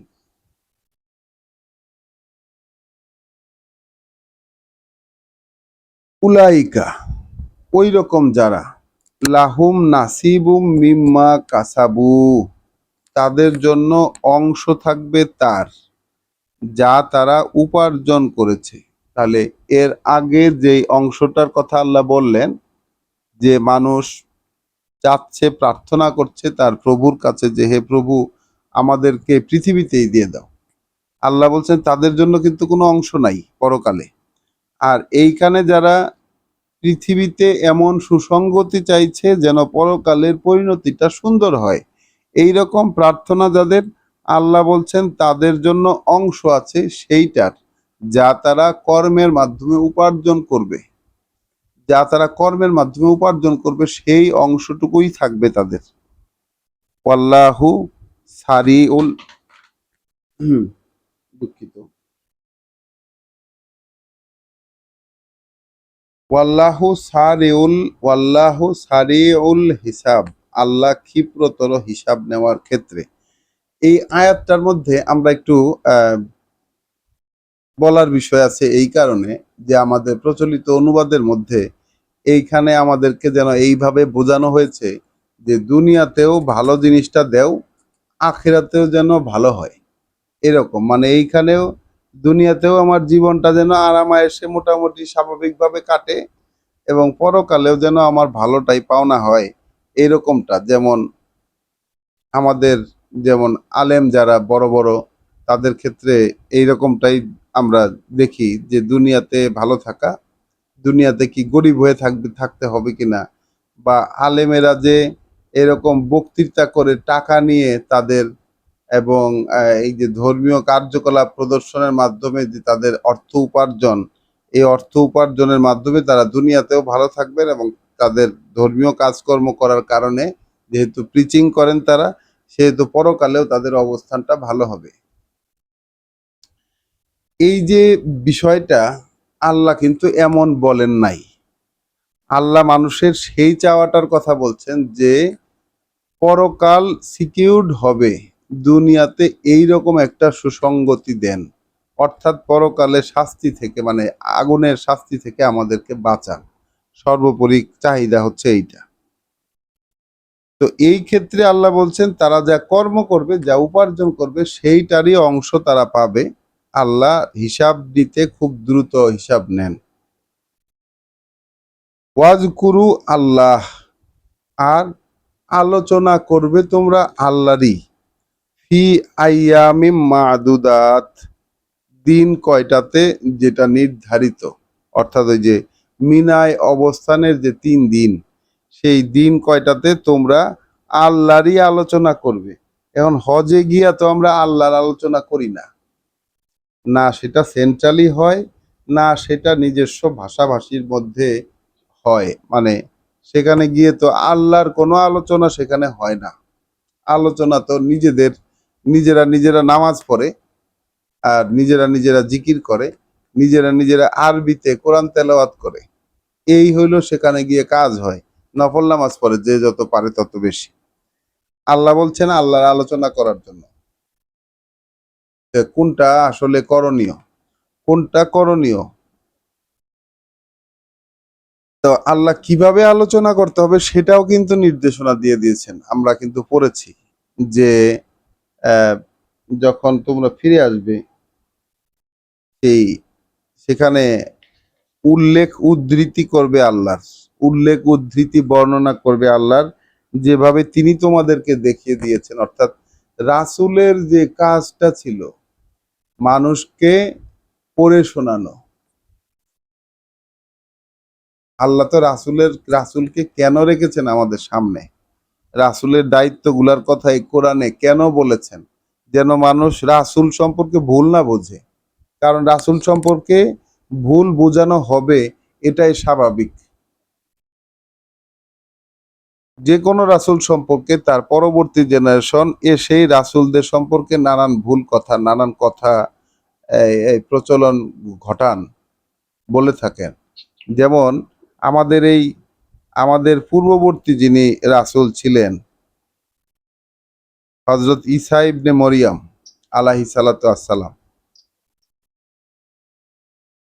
এই সাগর ভাই, আপনার মাইক্রোফোনটা একটু মিউট করে দিয়েন।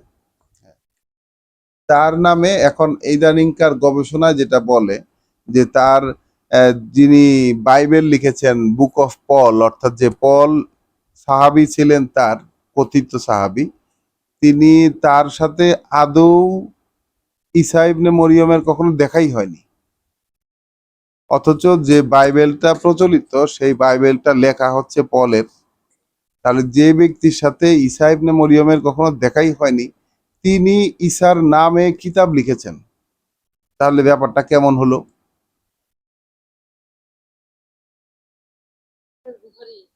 হ্যাঁ, তাহলে ব্যাপারটা কেমন হলো?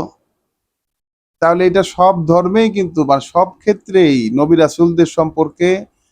রাসূলদের সম্পর্কে যেন ভুল তথ্য মানুষের মধ্যে বেশি প্রচার পায়, এই সিস্টেমটা শয়তানের দ্বারা কোনো না কোনোভাবে এক্সিকিউট হয়ই, কোনো না কোনোভাবে। তাহলে আল্লাহ কিভাবে বলেছেন যে সেই যে আরাফাত থেকে ফিরে আসবে, একেবারে পুঙ্খানুপুঙ্খ রূপে কোনো কিছু বলতে আল্লাহ বাকি রাখেননি। আমরা বুঝতে পারি নাই বা বোঝার চেষ্টাও কখনো করি নাই।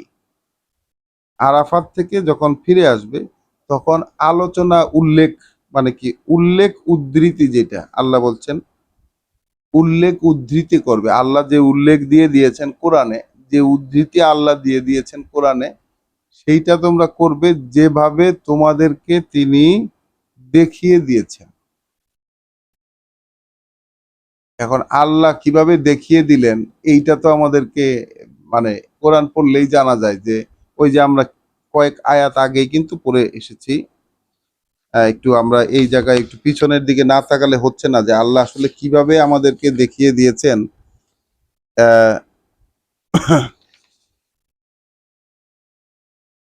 আয়াত ৫১-তে, আয়াত ১৫১, কামা আরসালনা ফিকুম রাসূলান, যেভাবে আমরা পাঠিয়েছি তোমাদের মধ্যে একজন রাসূল, মিনকুম, তোমাদের মধ্য থেকেই, ইয়াতলু আলাইকুম আয়াতিনা, যে তোমাদেরকে আবৃত্তি এবং অনুশীলন করে দেখায়। শুধু পরে যে তাই না, সেই কাজগুলো কিভাবে করতে হবে সেইটাও বুঝাইয়া দেয়, মানে সেইটাও দেখায় দেয়। আবৃত্তি অনুশীলন করে দেখায় তোমাদের প্রতি তার বাণী ও বার্তা, ওয়ায়ুজাক্কিকুম, অর্থাৎ যেটা তোমাদের পরিশুদ্ধির নিবেদন, অর্থাৎ এই পড়াটাই মানুষের পরিশুদ্ধির নিবেদন। ওয়ায়ু আল্লিমুকুম আল কিতাবা ওয়াল হিকমা, এবং শিখিয়ে দেন তোমাদেরকে যত বিধিবিধান এবং তার কারণের বুঝগুলো। ওয়ায়ু আল্লিমুকুম মা লাম তাকুনু তা'লামুন, অর্থাৎ তিনি তোমাদেরকে শিখিয়ে দেন, তিনি তোমাদেরকে সেই সব যা তোমরা অন্য কোনো উৎস থেকে কিছুতে জানতে পারতে না। তাহলে রাসূলের মাধ্যমে যেভাবে আল্লাহ দেখিয়ে দিয়েছেন, সেইভাবে উল্লেখ উদ্ধৃতি বর্ণনা করবে আল্লাহর। তো কিসের উল্লেখ উদ্ধৃতি করবে? ওই হয়তো নামাজ পড়ি তো মানুষ সময় পায় না, উল্লেখ উদ্ধৃতি কখন করবে? আমরা আল্লাহকে সন্তুষ্ট করতে চাই, কিন্তু আমাদের মন মতো। সবচেয়ে বড় ব্যাপার হচ্ছে এইটা, যে আমাদের মন যেভাবে চাইছে, আমাদের ধর্ম যেভাবে চাইছে, মানুষের কালেকটিভ উদ্দেশ্য যেভাবে চাইছে, সেইভাবে আমরা আল্লাহকে সন্তুষ্ট করতে চাই, আল্লাহকে আমাদের নিয়ম শেখাইতে চাই। আল্লাহ যে নিয়ম দিচ্ছেন সেইটা আমরা করি না কখনোই। এবং এইখানে পুরো হজটা জুড়েই যে কয়দিন সেখানে মানুষ থাকলো, সেখানে আসলে একটি কাজ, সেটা হচ্ছে আল্লাহর আলোচনা করা পরস্পরে।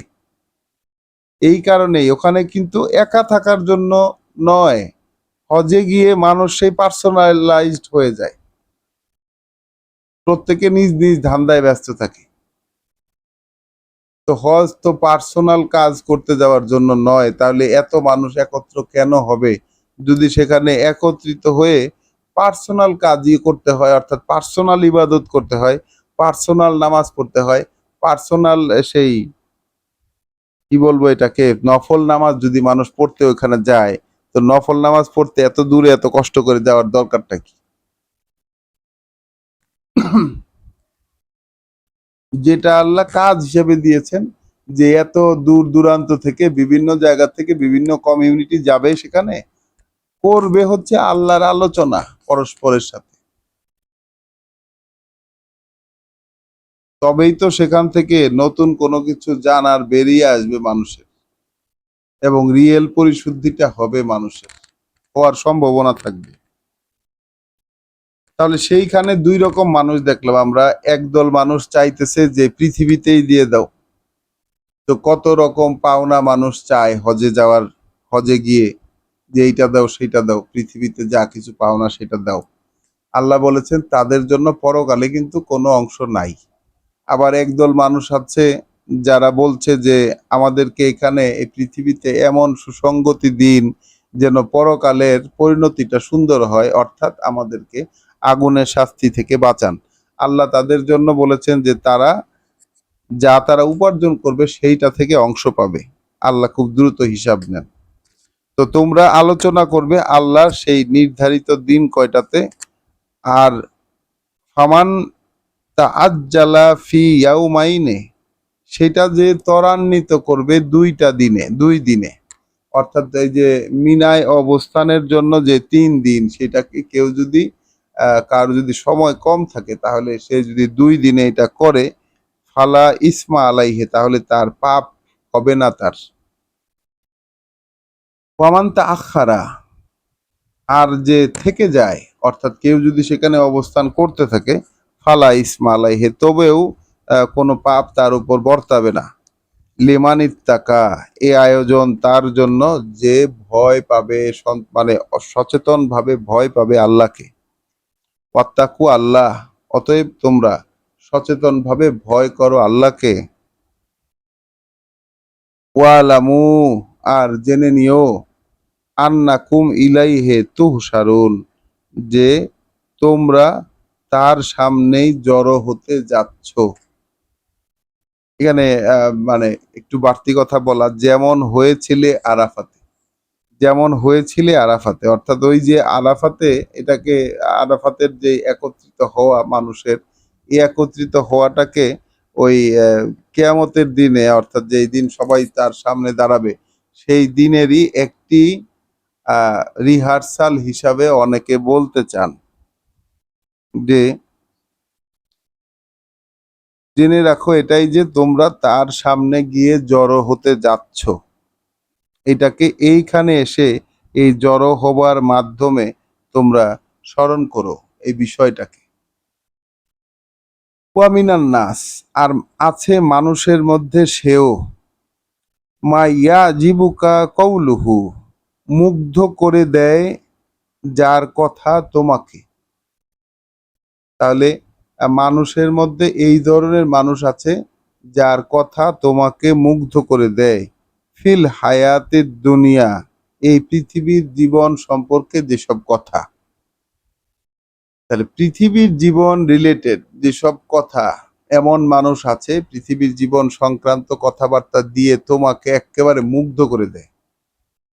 তা বলেন, সবাই একটু সাক্ষী দেন এখানে যে এরকম মানুষ আছে কিনা, বা আমরা নিজেরাও এরকম কিনা। আমরা নিজেরা কি এরকম যে মানুষের সাথে পৃথিবীর জীবন সংক্রান্ত এমন সব কথা বলতে পারি যাতে মানুষ মুগ্ধ হয়ে যায়? তো আমি নিজের ক্ষেত্রে বলতে পারি যে আমি এটা পারি না, একেবারেই অক্ষম এই কাজে। এখন তবে এরকম মানুষ যে আছে এটা আমি সাক্ষী দিই যে এরকম মানুষ আছে। তাহলে মানুষের মধ্যে আছে সেই রকম মানুষ, মুগ্ধ করবে তোমাকে তার কথা সম্পর্কে, এই পৃথিবীর জীবনটার। ওয়া ইউশহিদু আল্লাহ, এবং সে সাক্ষী করে আল্লাহকে, অর্থাৎ কসম করে আল্লাহকে, সাক্ষী করে আল্লাহকে, আলা মাফি কলবিহি, এই ব্যাপারে যে যা আছে তার অন্তরের মধ্যে কি আছে সেই ব্যাপারে বারবার আল্লাহর কসম করে সে এরকম মানুষ।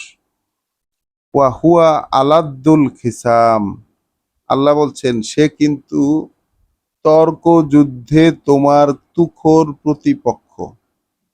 এখন রাসূলের সাথে বা আল্লাহর কথা যিনি বলছেন তার সাথে তর্ক করার ক্ষেত্রে এই ধরনের লোককে আল্লাহ মানে পরিচয় করিয়ে দিচ্ছেন তুখোর প্রতিপক্ষ হিসাবে। অর্থাৎ এদের ব্যাপারে তাহলে সচেতনভাবে সাবধান হওয়ার বিষয় আছে। আল্লাহ বলছেন তুখোর প্রতিপক্ষ তর্ক যুদ্ধে। ওয়া ইজা তাওয়াল্লা, আর যখন সে কোনো দায়িত্বে আসে, অর্থাৎ এই ধরনের লোক যখন কোনো বড় বড় কোনো দায়িত্বে আসে, সেটা ধর্মীয় হোক কিংবা অন্য রাষ্ট্রীয় বা যে কোনো ধরনের বড় দায়িত্বে যখন আসে, সাআফিল আরদে, তাহলে তখন সে চেষ্টা করে সেই অঞ্চলে লেয়ুফসিদা ফিহা, যেন একটা বিশৃঙ্খলা পাকিয়ে রাখা যায় সেখানে। অর্থাৎ আমরা যদি দেখি যে কারা এরা সেই অঞ্চলে মানে বিতর্কিত বিতর্কিত বিষয়গুলো উত্থাপন করে একটা বিশৃঙ্খলা পাকিয়ে যেন রাখা যায়। ওয়া ইউহলিকাল হারসা ওয়ান নাসলা, এবং ধ্বংস করে দিতে চায় তারা প্রজন্ম ক্ষেত্র অর্থাৎ নারী চরিত্র, ওয়ান নাসলা এবং বংশধারা। এখানে একটু ব্যাখ্যা রয়েছে এই কথাটির, যেমন একটা উদাহরণ রয়েছে আর কি, যে তালাক না দেওয়া দম্পতি, তালাক না হওয়া দম্পতিকে ইল্লা বিয়ার মাধ্যমে একটি অবৈধ সম্পর্কে বাধ্য করে আমাদের ধর্ম। সেটা হচ্ছে যে আমার মুখে মুখে যে তালাক দেওয়া, এক তালাক, দুই তালাক, তিন তালাক শেষ, এই যে মুখে মুখে তাৎক্ষণিকভাবে তালাক দেওয়ার যে নিয়ম, আল্লাহ তো এই ধরনের কোনো নিয়ম রাখেন নাই। কোরআন মজিদে আমরা দেখবো সূরা বাকারাতেই তালাকের ডিটেলস নিয়ম আছে। আমরা হয়তো আর দুই এক দিনের মধ্যে, দুই এক ফজরের পড়ার মধ্যেই সেই তালাকের নিয়মটা পেয়ে যাব। কিন্তু এই নিয়ম তো আমাদের ধর্মীয় সমাজ ফলো করে না। খেয়াল করবেন, আল্লাহর দেওয়া আইন, কিন্তু আল্লাহর দেওয়া আইন আমাদের ধর্ম সেটাকে ফলো করে না। তাহলে কোন ধর্ম এটা? এটা তো মানে আল্লাহই ভালো বলতে পারবেন। এটা কি আল্লাহর দেওয়া ধর্ম না শয়তানের দেওয়া ধর্ম? এটা চিন্তা করে দেখার মতো বিষয়। তাহলে আল্লাহর আইন অনুযায়ী বিশ্বাসীদের মধ্যে চলবে তো আল্লাহর আইন। আল্লাহ যেভাবে দিয়েছেন সেইভাবে যদি তালাক না দেয় তাহলে তো তালাক হলো না। তালাক তো তাহলে হলো না। কিন্তু ওই তালাক দেওয়ার পরে নিজেদের সুবিধা করার জন্য ধর্মীয় সমাজ হিল্লা বিয়া নামে এক ধরনের বিয়ের আয়োজন করে, যেটার নামটা মানে যেই বিষয়টা আসলে কোরআন থেকে নেওয়া, কিন্তু আল্লাহ যেভাবে বলেছেন সেইভাবে না। তাহলে এইভাবে যে অবৈধ সম্পর্ক স্থাপন করার জন্য বাধ্য করে ধর্ম, মানে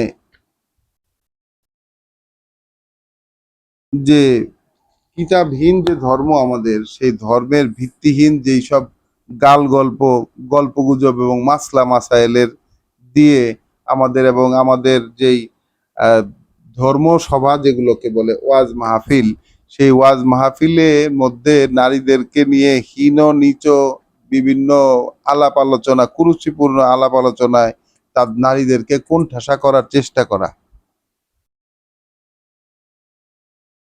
হ্যাঁ, এবং নারীদের প্রতি মানুষকে বীতশ্রদ্ধ, যেমন যেমন কি খ্রিস্টবাদের মধ্যে, অর্থাৎ এই যে উম, আহ, মানে যে বানানো বাইবেলের কথা বললাম আমরা, সেই খ্রিস্টবাদের মধ্যে এরকম আছে, নারীদেরকে আসলে দোষী হিসাবে সাব্যস্ত করা, নারীদেরকে অপবিত্র, নারীরা হচ্ছে সমস্ত পাপের কারণ, এই ধরনের দৃষ্টিভঙ্গি ওই বাইবেলে রয়েছে, বানানো বাইবেলে। এমন সাহাবীর লেখা যে এই সাহাবী আসলে সাহাবী না, যার সাথে ঈসা আলাইহিস সালামের কখনো দেখাই হয়নি। তো সেই সেইখান থেকে আমাদের ধর্ম ওই জিনিসগুলোকে অ্যাডাপ্ট করেছে। সমস্ত মানে পাপের উৎস হিসাবে দেখানো হয় নারীদেরকে, এবং রাসূলের নামে এই গল্পগুলা করা হয় যে রাসূলকে আল্লাহ যখন জাহান্নাম দেখিয়েছেন তখন সেখানে অধিকাংশকেই দেখেছেন রাসূল দেখেছেন নারী। হ্যাঁ, তো এইরকম গল্পগুজবের মাধ্যমে এই বিষয়গুলো আমাদের ধর্মে ইনসার্ট করা হয়েছে সচেতনভাবে, যেন মানুষ আসলে সত্যিটা থেকে ওই দিকে আগ্রহী বেশি হয়ে যায়। তাহলে মানুষের মধ্যে আছে এমন মানুষ যে পৃথিবীর জীবন সম্পর্কে কথা বলে তোমাকে মুগ্ধ করে দেয় এবং আল্লাহকে সাক্ষী করে সে বারবার যা আছে তার অন্তরে সে বিষয়ে, আসলে কিন্তু সে তোমার তুমুল প্রতিপক্ষ তর্ক যুদ্ধে। আর যদি সে কোনো বড় দায়িত্ব পায়, অর্থাৎ মানে ধর্মীয় বা ক্ষমতার কোনো অংশ দায়িত্ব সে পায়, চেষ্টা করে সে অঞ্চলে বিতর্কিত বিষয়গুলো তুলে যেন একটা বিশৃঙ্খলা পাকিয়ে রাখা যায়, এবং ধ্বংস করে দিতে চায় সে প্রজন্ম ক্ষেত্র অর্থাৎ নারীর চরিত্র এবং বংশধারা, যেখানে আল্লাহ পছন্দ করেন না এই ধরনের বিপর্যয়। ওয়া ইজা কিলা লাহু ইত্তাকিল্লাহ, আর যখন তাকে বলা হয় যে সচেতন ভাবে ভয় করো আল্লাহকে,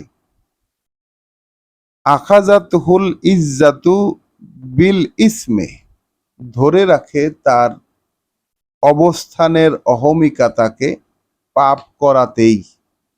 তাহলে মানুষের অবস্থানের অহমিকা এই কথাটাও আমরা একটু অনুধাবন করার চেষ্টা করি।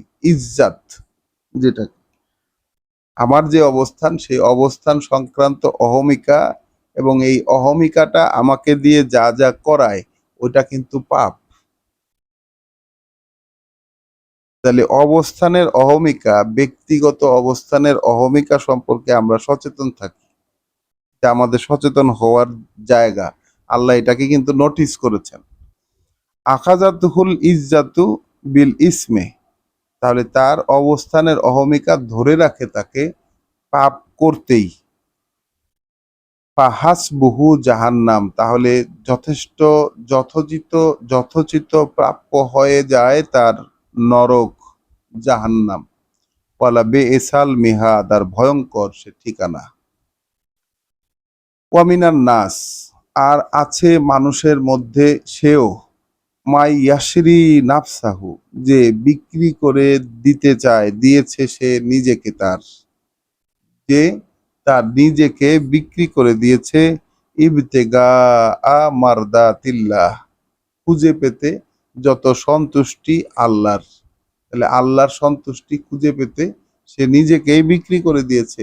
মানুষের মধ্যে এমন মানুষও রয়েছে। আল্লাহু রাউফুন বিল ইবাদ, আর আল্লাহ তার এই বান্দাদের প্রতি অত্যন্ত স্নেহপরায়ণ। কই আমাদের মধ্যে কে এরকম পেরেছে নিজেকে বিক্রি করে দিতে? আল্লাহ এই যে চার রকমের মানুষ দেখালেন, এক রকমের মানুষ দুনিয়াতেই সবকিছু চায়, এক রকমের মানুষ দুনিয়াতে ভালো চায়, পরেও যেন ভালো হয় এইরকম চায়, এক ধরনের মানুষ দুনিয়া সম্পর্কে আলাপ করে প্রচুর মানে মাতিয়া দিতে পারে একদম। আর এখানে চতুর্থ যে প্রকারটা, সেই প্রকারটা আল্লাহ বলছেন নিজেকে বেচে দিয়েছে, নিজেকে সে বেচে দিয়েছে আল্লাহ সন্তুষ্টি খুঁজে পেতে। তো আমরা নিজেকে বেচবো কি, অন্যকেই কিনে ফেলতে চাই সব সময়। ওই যে একটি কথা আছে যে সে এত চালাক যে তোমাকে এক ঘাটে মানে মানে 10 ঘাটে বিক্রি করবে, তুমি কিছুই বুঝতেই পারবে না, তোমাকে বিভিন্ন জায়গায় বিক্রি করে ফেলতে পারে। কিন্তু এখানে নিজেকেই নিজে বিক্রি করে দেওয়া এই বিষয়টা কেমন, এবং উদ্দেশ্য কি আল্লাহ সন্তুষ্টি পাওয়া। তো মানুষের মধ্যে আছে এরকম যে নিজেকে বিক্রি করে দিয়েছে খুঁজে পেতে যত সন্তুষ্টি আল্লাহর, আর আল্লাহ কিন্তু তার এই বান্দাদের প্রতি অত্যন্ত স্নেহপরায়ণ।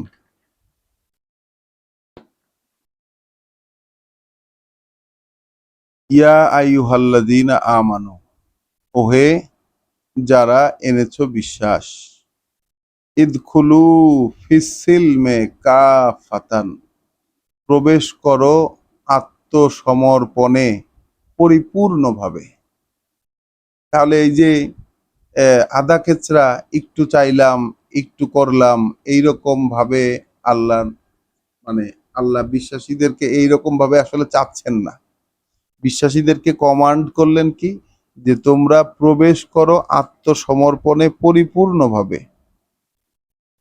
ওয়ালা তাত্তাবিউ খুতুওয়াতিশ শায়তান, এক্ষেত্রে অনুসরণ করো না তোমরা শয়তানের পথরেখাগুলোর। এক্ষেত্রে অনুসরণ করো না তোমরা শয়তানের পথরেখাগুলোর। ইন্নাহু লাকুম আদুউম মুবিন, কার্যত সে কিন্তু তোমাদের শত্রু দৃশ্যমান। তাহলে এই যে শয়তানের পদচিহ্ন কি কিরকম হতে পারে, এইটা কিন্তু আমাদের জন্য আবিষ্কার করাটা অবশ্য কর্তব্য, ফরজ একটা কাজ। কারণ এইটা আত্মসমর্পণ করার ক্ষেত্রে মানুষের জন্য সবচাইতে রিস্কি অবস্থান। অর্থাৎ আত্মসমর্পণ করতে আমি ইচ্ছুক, আমি আত্মসমর্পণ করছিও, আর কিন্তু সেইখানে ওই প্রতি পদক্ষেপ দিচ্ছি হলো শয়তান যে জায়গায় পা রেখে গিয়েছে সেইভাবে। আমি চেষ্টা করছি আত্মসমর্পণ করতে, কিন্তু আমার পা গুলো পড়ে যাচ্ছে শয়তানের যে পায়ের চিহ্ন রেখে গেছে সেইখানে। তাহলে কেমন হবে? ইন্নাহু লাকুম আদুউম মুবিন, সে তো তোমাদের দৃশ্যমান শত্রু। তাহলে শয়তান কি আমাদের কাছে দৃশ্যমান? শয়তানকে কি আমরা দেখতে পাই? আল্লাহ তো বলছেন দৃশ্যমান শত্রু, তাহলে দৃশ্যমান কিভাবে হবে সেই আয়োজনটা আমাদের সবার আগে দরকার। ফাইন জালালতুম মিন বাদি মা জাআতকুমুল বাইয়িনাত, আর যদি সরে যাও তোমরা তারপরেও যা এসেছে তোমাদের কাছে স্পষ্ট সব বাণী ও বার্তা। তোমাদের কাছে স্পষ্ট সব বাণী ও বার্তা স্পষ্ট হয়ে যাবার পরও তোমরা যদি সরে যাও, ফালামু, তাহলে জেনে নিও, আন্নাল্লাহা আজিজুন হাকিম, আল্লাহ কিন্তু সর্বশক্তিমান পরম জ্ঞানী, তোমরা যাকে হারিয়ে ফেলেছো। মানে এতে এই পরম জ্ঞানীর কাছ থেকে, সর্বশক্তিমানের কাছ থেকে যত বাণী ও বার্তা, এটা যদি বুঝে এসে যাবার পরেও, যদি স্পষ্ট হয়ে যাবার পরেও যদি তোমরা পিছলে পড়ো।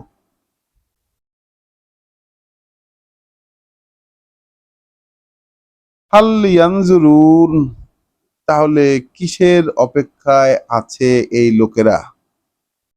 ইল্লা আইয়া আতিয়া হুমুল্লাহ, এই অপেক্ষায় কি আছে যে স্বয়ং আল্লাহ এসে যাবেন তাদের কাছে।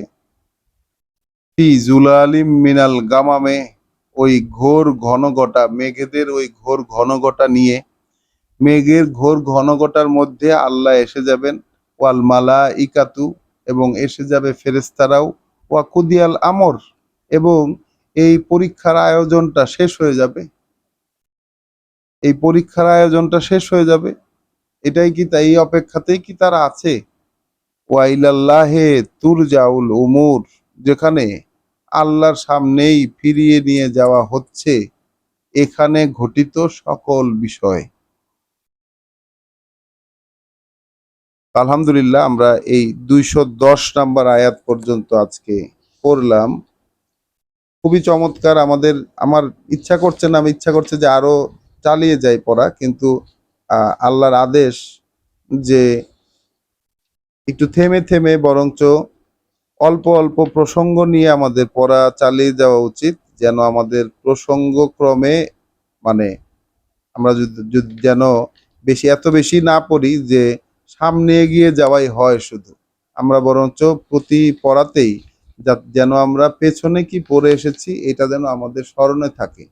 তো আমরা গতকাল পড়েছিলাম সিয়াম সাধনা পর্যন্ত, আজকে আমরা হজ, হজ সংক্রান্ত বেশ খানিকটা ডিটেইল, যতটুকু ডিটেইল আল্লাহ দিয়েছেন আমাদের জন্য আসলে ততটুকু ডিটেইলই প্রয়োজনীয়, এর চেয়ে বেশি ডিটেইল প্রয়োজন নাই।